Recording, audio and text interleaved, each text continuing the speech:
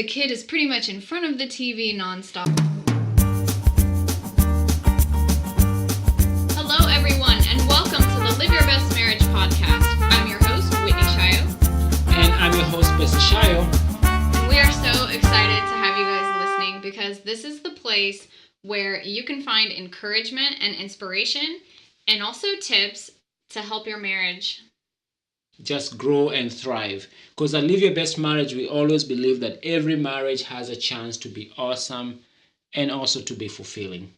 That's right. Everybody has the chance to be happy and live a long life together. Oh, yeah. Everywhere we look, it seems like divorce is happening and it's also encouraged. So we just want to be one of those places where you can come back to and just hear that actually it is possible to stay together and be happy, and just know that we are real people with real problems. We've been together for 13 years and we have 4 children. So we're definitely in the trenches just as much as anyone else is. But we're making the most of it and we are having the time of our lives. We couldn't be happier. Oh, yeah.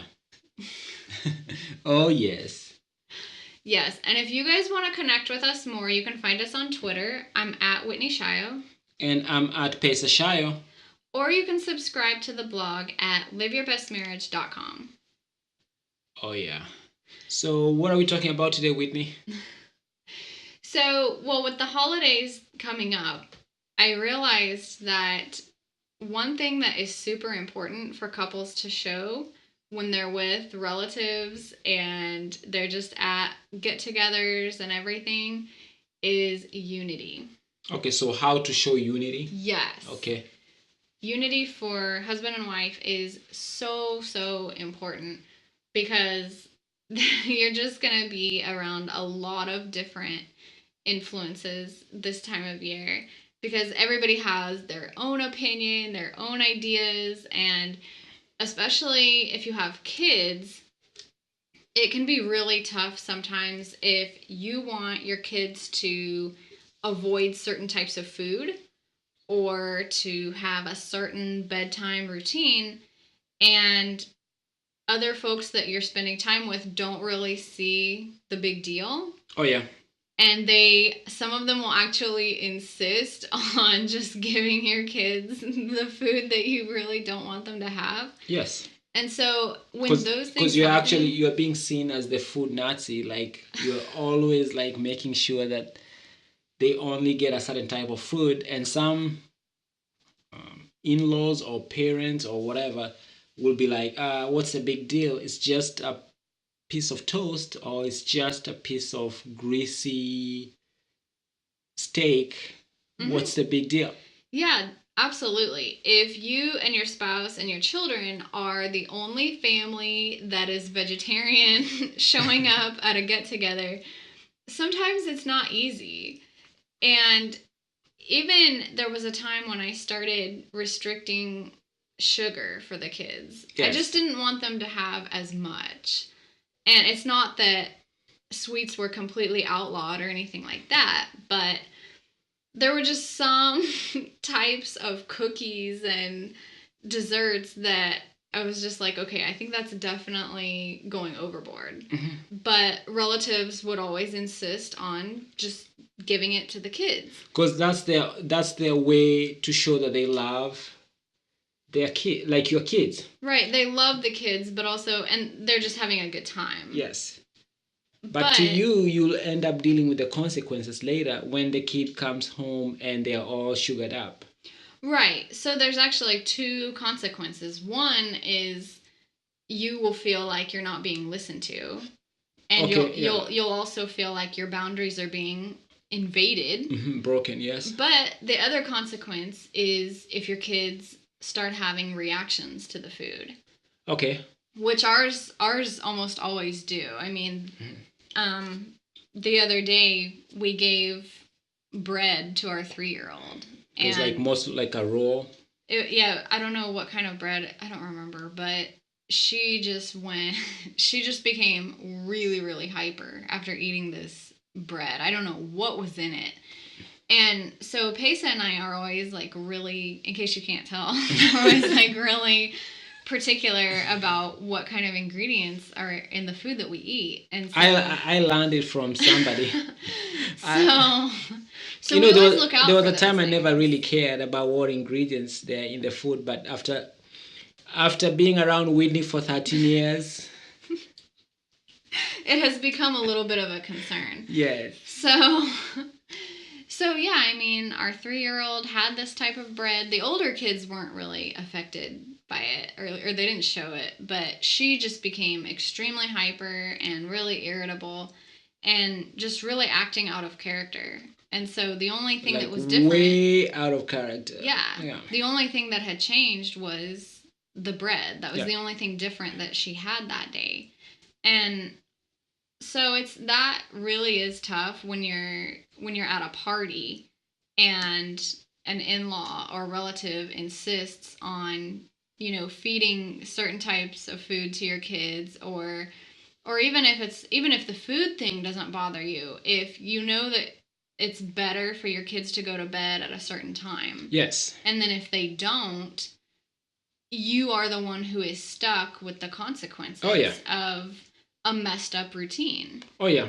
But the other folks in the room really don't have to worry about it. The funny thing is, I had gone to a meeting once, and then this lady, like, she's a grandma, so she was just talking to her friends, but I was able to overhear it.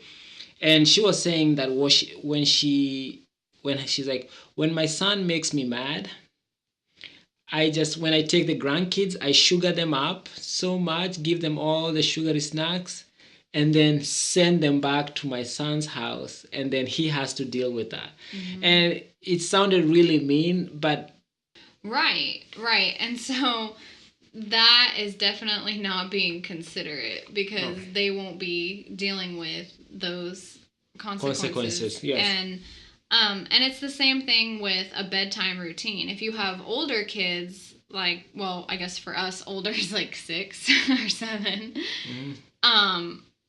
If a relative says, hey, you don't have to go to bed at 9 p.m., mm-hmm. like what your mom is telling you, then guess what? For the next several nights, my daughter is going to keep saying, I don't have to go to bed at 9. Yeah. So, and it's going to be an argument.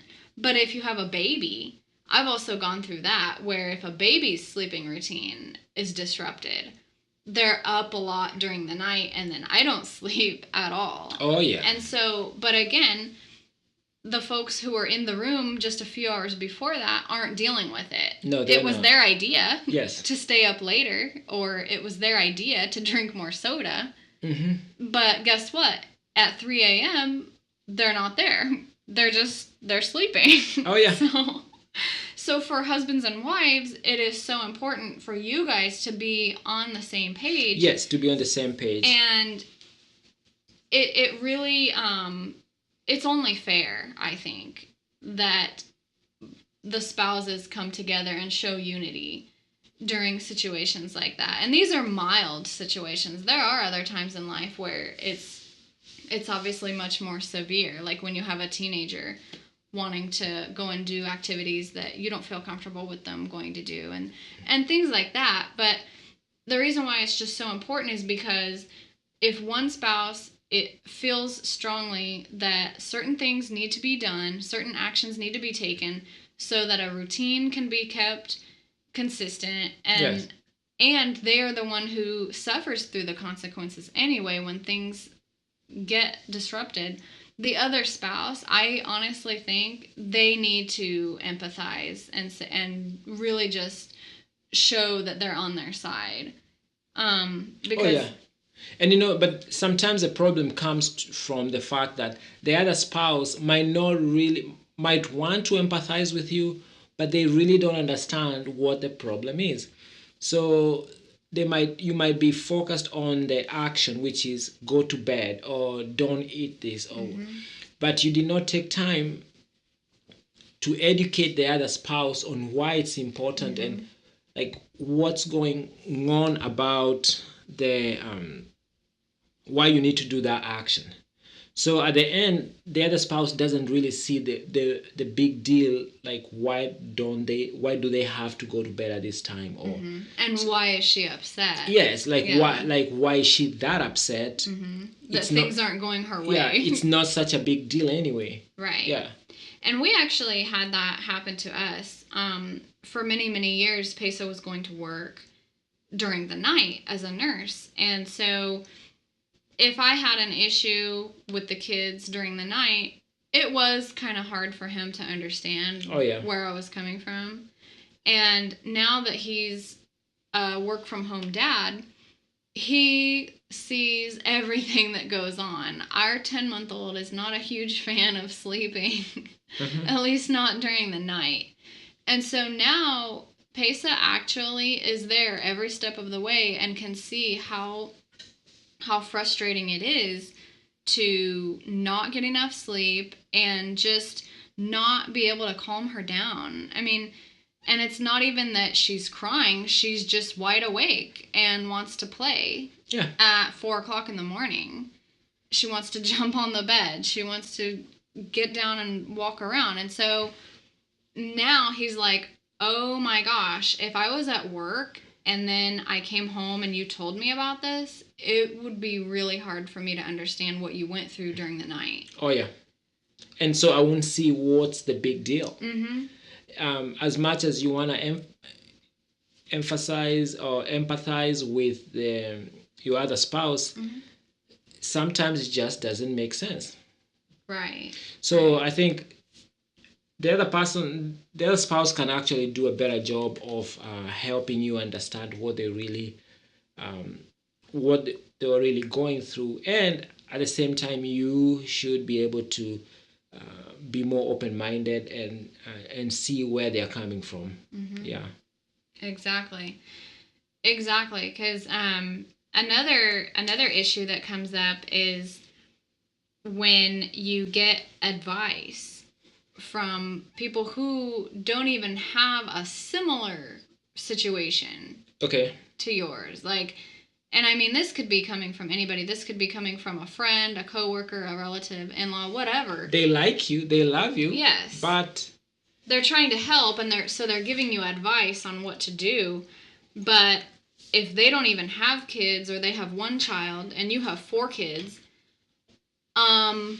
their advice might not be what you need. Especially might not be what you need for that exact situation when it comes to raising 4 kids. Right. Yes. And this is not to say that you can't read a book on blah blah blah, but it's a different story from reading a book and actually living it. Yeah.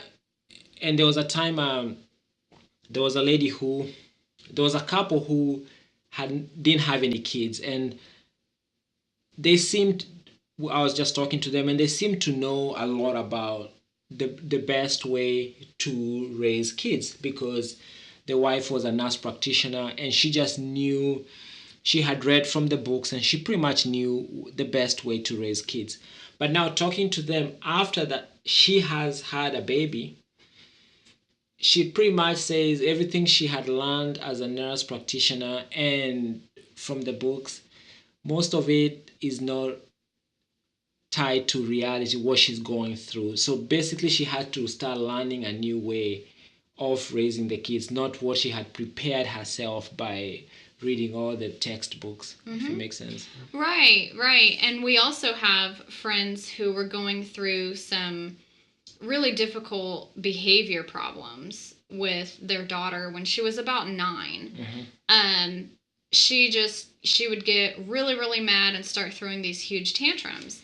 And I mean, they felt like they had tried so many things, to get her to calm down and just work out this situation. And a mutual friend of ours who's a social worker really tried so hard to help, and she was giving them advice, and it just happens that the social worker was not a parent at the time, but the advice she gave this couple really was not helpful at all, because there was, and the mother told me, she said, there's just such a huge difference between doing something in your career, like taking care of kids as a job, being a social worker, and then there's a huge difference between that and actually living in a house with a child who can't stop screaming. Yeah. She's like, those are just so different, and the advice actually made the situation worse. Oh, and really? So what happened? So I don't remember exactly. This was several years back, but it all just goes back to the point that husband and wife are the ones who can have the most impact on what needs to be done for their household. And the truth is, I mean, we all get advice and tips from everywhere. We're even talking about it in this podcast. We are also giving you advice right now. Yeah, we're also giving our point of view. So it's just, there's just this constant flow of information that comes to us. Like, it seems like all day long. There's never a shortage of information. And I just really want to encourage the husbands and wives out there to just really stick together and be strong if you're in a situation that's even similar to the things that we've mentioned. I mean, and it can be the simplest things like, okay, I don't want my kid to have bread. Okay. Or I don't want my kid to have candy, or whatever. It's not whatever it is. It's not as simple. If you are a vegetarian, now that's a big deal. No, like a vegan, yeah, that's a big deal. Right, right. I mean, whatever your preference is, I just really think that it is super important for the couple to come together and also to show unity in front of everyone else, and just remind everybody that you guys are on the same team and you're the ones who make the decisions. Oh, yeah. In that house. I mean, it's honestly, like, I've seen this play out so many times where a mom is just really, really particular about what she wants for her kids, and what kind of sleep routine she prefers, what kind of TV time she prefers. Or even what kind of TV, like TV time, and also the shows that they're going to watch. Right, yes. Like, so how much TV they can watch, and then also what kind of shows that you're okay with them watching. And again, I mean, I've just seen it play out where relatives really don't think there's any need to be concerned at all. And so they start introducing the kids to all different kinds of shows, or if they're babysitting, the kid is pretty much in front of the TV nonstop. And so honestly, like, the main point is when you're the parent, you are the one who has to suffer through the consequences. But you see, the way I look at it, and I might be wrong, so instead of looking at it as you are suffering through the consequences, is there a way we can think about it as, what can we do as parents to set the boundaries so that when this happens, at least we know what to say, or we actually have some sort of boundary to say, you know what, I actually don't think it's a good idea for my kid to eat that, or I don't think it's a good idea, in a nice way to say, you know what, I don't think they should be watching that show. And with that way we can we don't feel so helpless and just vulnerable, like, oh, they're just doing things to us, and at the same time there's nothing we can do. Because I remember this has happened when we had gone to Africa, and we had gone to one of my cousin's houses, and they were watching just some music shows, and according to standards that we have in Africa, that was just a music video. No, it was just people dancing, and I just was okay. Was kind of not okay, but it wasn't that bad. But to you, and now I totally see what you're talking about. To Whitney, that was like, can you just explain how crazy that video was? Okay, I had completely forgotten that even happened. We were in Tanzania, and the show was, I don't even know what it was, but they started dancing, and it was so clear to me from the get-go that the women were pretty much objects. There is no way someone could argue that they were not being objectified, and it was very vulgar. So our two little girls were just sitting there with everyone else in the living room. But watching the whole family from the dad and the whole family, the husband, the wife, all their kids, they were just watching it like, oh, this is our Friday night show. And I told Pace, I'm like, okay, can you please explain to them that we need to change the channel, like, now? And he did, and then they were kind of surprised. Yeah. Like, because... But then I could see, like, after a few seconds, the wife kind of knew, like, where I was going with that. But yeah, it's just... And that's something, it's like culturally different, because I remember being raised in a culture where they, on national TV, I guess that's what's happening now, but here too, but they used to play like songs which right now I think they're way too raunchy or whatever, but the dancing styles were like way just out there, like really raunchy. But that's what was being shown over and over and over, and you don't even question it until you meet my lovely wife. No, it's not even that. It's just, I mean, seriously. And I really appreciate, because I never thought about it that way. So it's so important for you to explain, and then it's not talked about enough. We have 4 daughters. Like, the objectifying of women is not talked about enough. And the whole Playboy Mansion thing, that concept, that was something that men enjoyed at the expense of women. Yes. Honestly. Yes. I just don't see how anyone can even say that was a good idea. No, it wasn't. I don't see that. And especially, I really don't want my 4 daughters to grow up thinking that they should be treated like that. No. So I also don't. So anyway, yeah, the TV show that he brought up a few minutes ago, I wasn't upset or anything, because they were very gracious about it. They changed the show, and that was awesome. But we have had some other situations where we were at relatives, at the home of a relative, and our baby, it seems like Pesa and I always have a baby. It's like we've never not had a baby in our house. Amen. And so our baby was I'm always either pregnant or I have a baby. That's a blessing. It is. Yeah. It's a huge blessing. We have there are gifts. Yeah, I just thank God for that. Yes. We are so fortunate to have our kids. Amen. And anyway, one of our babies was very, very tired, and I mean like overly exhausted, because it was a trip that we were on. And so everyone around me in the living room, including Pesa, really did not see a problem. They just did not see why I would need to take her to bed. And so, needless to say, I was up with her like the rest of the night, because she was just so fussy.